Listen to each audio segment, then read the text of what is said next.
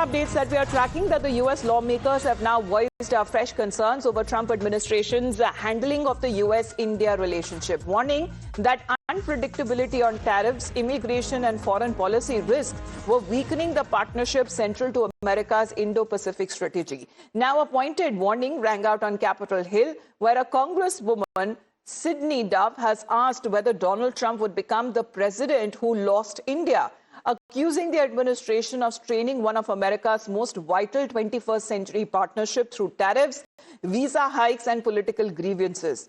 Now, speaking during a hearing on the U.S.-India strategic partnership, now the Congresswoman says that the relationship is foundational to America's position in emerging sectors from defense to energy to AI, space and advanced technology, and it needs India for that.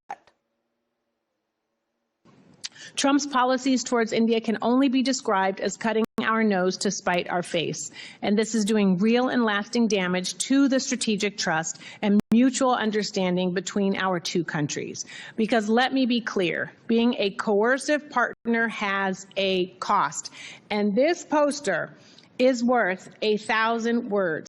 You do not get a Nobel Peace Prize by driving U.S. strategic partners into the arms of our adversaries. We must move with incredible urgency to mitigate the damage that this administration has done to the U.S.-India partnership and return to the cooperation that is essential to U.S. prosperity, security, and global leadership. Congress understands the stake of this relationship on a bipartisan basis, and I thank the chair for providing the opportunity to get that on the record today.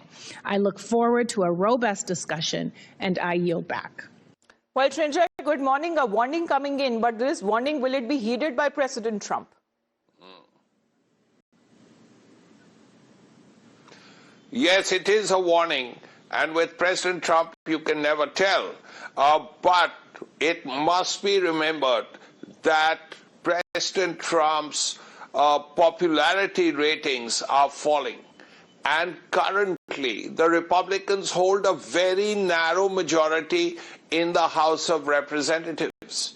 And if the elections are coming up in November and his popularity continues to fall, it's entirely possible that the House of Representatives, despite all the gerrymandering that's happening in certain states, could become blue-driven. And the Democrats could well win the next midterm elections in terms of getting hold of the House of Representatives. That has been done by both sides as far as investing into this relationship between India and the United States is concerned, but is now the U.S. responsible for pushing India towards Russia even more, as the Congresswoman has issued a warning saying that pushing India towards Russia, which is the adversary, could cost the United States in the long run.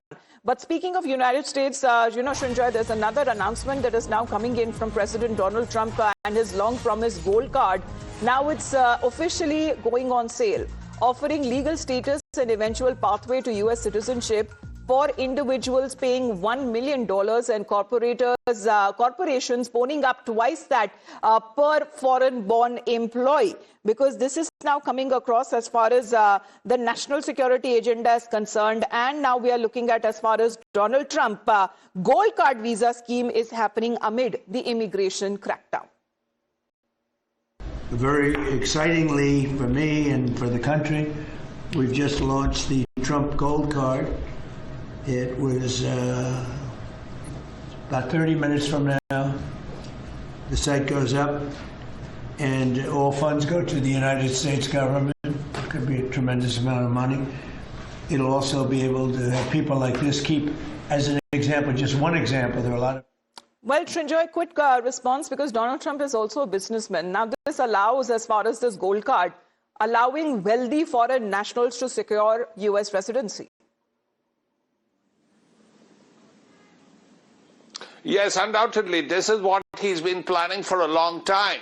And 1 million if you're paying for a gold card, 2 million if your employers are paying for a gold card. And he's spoken about Tim Cook of Apple. And 5 million if you're paying for a platinum card. But that 5 million is still in process, It hasn't been announced as yet. But the 1 million or 2 million for the gold card is a way of ensuring that the U.S. Treasury has a lot more money, is what the president believes. Of course, it will lead to some problems. It will create trouble if it makes it difficult to get visas. But at the end of the day, this is what he's been talking about. Because it's been branded as the Trump Gold Card, the initiative is now being promoted as a quicker, more powerful alternative to the traditional green card process. Shinjo, I appreciate you joining us here on the broadcast. With that, we head into a very short break. The morning news continues.